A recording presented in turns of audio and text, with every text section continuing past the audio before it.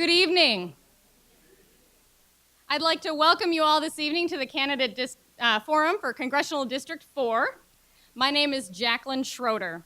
I am this evening's moderator and a member of the League of Women Voters of St. Paul. I will not be participating in this election for District 4 as I live and vote in Burnsville, Minnesota. I would like to welcome all of you and our candidates, our audience, and those watching on television on behalf of the League of Women Voters of St. Paul. The League of Women Voters is a nonpartisan, volunteer-driven organization organized at local, state, and national levels to encourage citizens to participate in their government. While we, as the League of Women Voters, do study and take stands on issues, we never endorse or support any political parties or candidates. The League is an organization of both women and men. You can find information about joining the League of Women Voters on our website. The views expressed in this evening's forum are those of your candidates, not those of the League of Women Voters or our friends at the Wilder Foundation. And the sponsorship of this forum is not an endorsement of any of our candidates this evening. It is our purpose in sponsoring meetings such as these to provide you with an opportunity to hear your candidates discuss issues face-to-face that are important to you. There is never enough time to cover all of the questions and all of the issues in a setting such as this. If your questions are not addressed by the end of our evening, please feel free to contact each of the candidates' campaign headquarters directly. We did collect a very large number of audience questions earlier this evening and are still collecting them now. They're being sorted, and I can guarantee you we will not be able to get to all of the questions this evening, but we will do our best. On the general election ballot, Tuesday, November 2nd, for Congressional District 4, are Steve Carlson, Teresa Cullett, and Betty McCollum. Thank you, candidates, for participating in this evening's forum. Our candidates have all agreed to the ground rules for League of Women Voters forums. Here's a quick overview. The candidates have already randomly determined the order in which they will begin our evening. We are scheduled for 90 minutes this evening, and I ask you to please hold your applause and commentary until the forum is concluded. I know many of us have grown accustomed to the town hall meeting forum, which does allow a lot more audience participation, but that is not the forum we're following this evening. We will have 2-minute opening statements from each of our candidates. We will have a timekeeper seated in the front row volunteering this evening. She will indicate for each of our candidates when they have 30 seconds left, and then she will also indicate when their time is up. We do ask each of our candidates to respect our timekeeper as best they can. Following those opening statements, there will be a question period where we'll be using audience questions. Candidates will have 1 minute to reply to each question, and if desired, they will indicate to me that they would like to have a 30-second rebuttal. Ushers have paper cards and pencils, and hopefully many of you pass them on your way into the forum. If you wish to ask another question or have another question addressed, please write it down, pass it to the end of the aisle, or hand it to one of the volunteers that is working for us this evening, and they will bring the questions to me the best they can. It is a crowded room this evening, so again, I do ask for all of your cooperation tonight. If there is a question or there are multiple questions that are similar or repeat questions, we will do our best as League members to consolidate them to allow us to cover as many different topics for you as possible this evening. If you direct your question to any particular candidate, all candidates will have a chance to respond to the question. Questions that are unclear, hostile, or of a personal nature will not be permitted in this evening's forum. The cards holding your questions will become the property of the League of Women Voters after this evening's forum. And then finally, each candidate will be allowed a closing statement of 2 minutes. As I indicated, our candidates have drawn randomly for the order of speakers this evening. And our first candidate to present opening statements is Betty McCollum. Betty McCollum, you have 2 minutes for opening statement. Hi.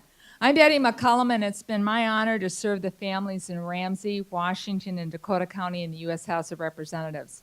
The 4th District's my home. I grew up in South St. Paul, raised my children in North St. Paul, now I live in St. Paul. I'm a Democrat, DFLer, Democratic Farmer Labor Party member, and keeping our families, our community, our nation strong and successful is my top priority in Congress. A choice will be made by the voters on November 2nd, and it is a tough choice because our nation's facing very serious challenges. We need to strengthen our economy. We need to get people back to work, and we need to make sure that the future is secure not only for our children, but for our seniors. I want to continue working with President Obama to move our country forward, to strengthen the middle class, to get the economy going again and create the jobs we need. There's a different choice being offered by the Republicans. Their choice is one of going backwards, returning to the same old policies that have failed. I'm not about going backwards. I'm about going forwards. So as we talk about issues that are important to us in this debate, I want you to listen about how I want to move this country forward. I want to do it by having tax cuts for middle-class families that will strengthen our economy and get jobs going. We need to make responsible investments in our nation's infrastructure, and we need to invest in a clean energy future. And I will work to protect and strengthen Medicare. I will protect Medicare, not privatize it. And we have, as I said, tough budget choices to make in Washington. And I will look at those choices, and I will make a commitment to always put the needs of Minnesota's families first, to work to solve our country's problems. Thank you. Our second candidate to have 2 minutes for opening remarks is Steve Carlson.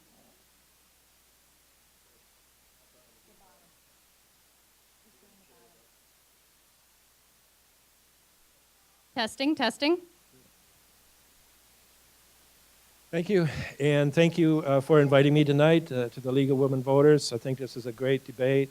This is the best turnout I've seen at any debate, and I want to hear what the other two candidates have to say. I would want to say this, though. I think this year in 2010, to give this seat to the Democrats as a safe seat, as the whole country and a lot of pollsters think that we're going to do, I think that would really be a disservice, because this is a year unlike any other. We all know that we have a lot of troubles this year. We've got the budget troubles, we've got international troubles. I think those are the top two, but there are a lot more. We're engaging in a dialogue about aging with dignity, about Social Security and Medicare. These are big questions. Education, we've got a lot of immigration, and what are we going to do for the future? So we've got to consider all these. I'm sure you're going to ask a lot of really good questions about all of these. As far as going backward, I don't think anybody's going to go backward. Well, I don't think any of the parties are going to go backward. I think that everybody wants to go forward. We want America to go forward. I don't think there's anybody in this room who wants to go backward. And so we need to look at what the Republicans did that helped us to get where we got to as far as getting out of 2001, 9/11, a lot of the problems that came up with that, the economic problems, the attacks on our airlines, and all of these. I think that a lot of things were done to find ways to move us forward. Unfortunately, we got too much into the banking system and the mortgages, and people taking out second mortgages, and we just made a lot of mistakes, and now we've got to claw our way back out. I'd like to work from the ground level to build up businesses here in the 4th District, and I would like to focus on that a lot. And so I'm just going to wait and answer your questions. And again, I thank you very much for inviting me here. I thank the Independence Party, and small is beautiful once again, 2010. Thank you very much. Our third and final candidate for opening statements, Teresa Collett, you have 2 minutes. My name is Teresa Collette, and I'm the GOP-endorsed candidate for Minnesota House District number 4. My family and I moved to Minnesota about 7.5 years ago when I joined the faculty at the University of St. Thomas. Our middle child, our daughter, graduated from the University of St. Thomas, and 4 months ago gave us a beautiful granddaughter. I'm a candidate that didn't expect to be a candidate 2 years ago.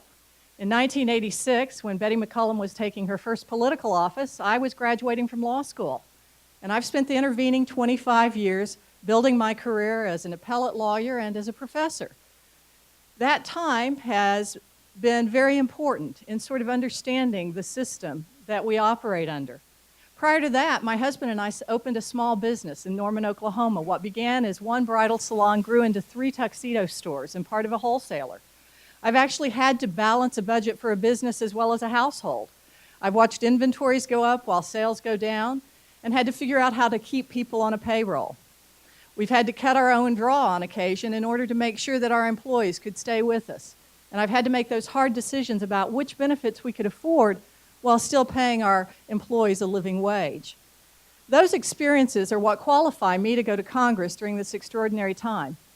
Congresswoman McCollum is right that there's a choice to be made, but the choice is whether we're going to transform America into a European-style economy, as Nancy Pelosi and Congresswoman McCollum seem to desire, or whether we're going to restore America to its heritage of prosperity and individual liberty.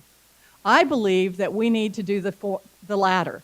It is through returning to constitutional government and restoring the private sector that we will see prosperity return to Minnesota and individual liberty expand.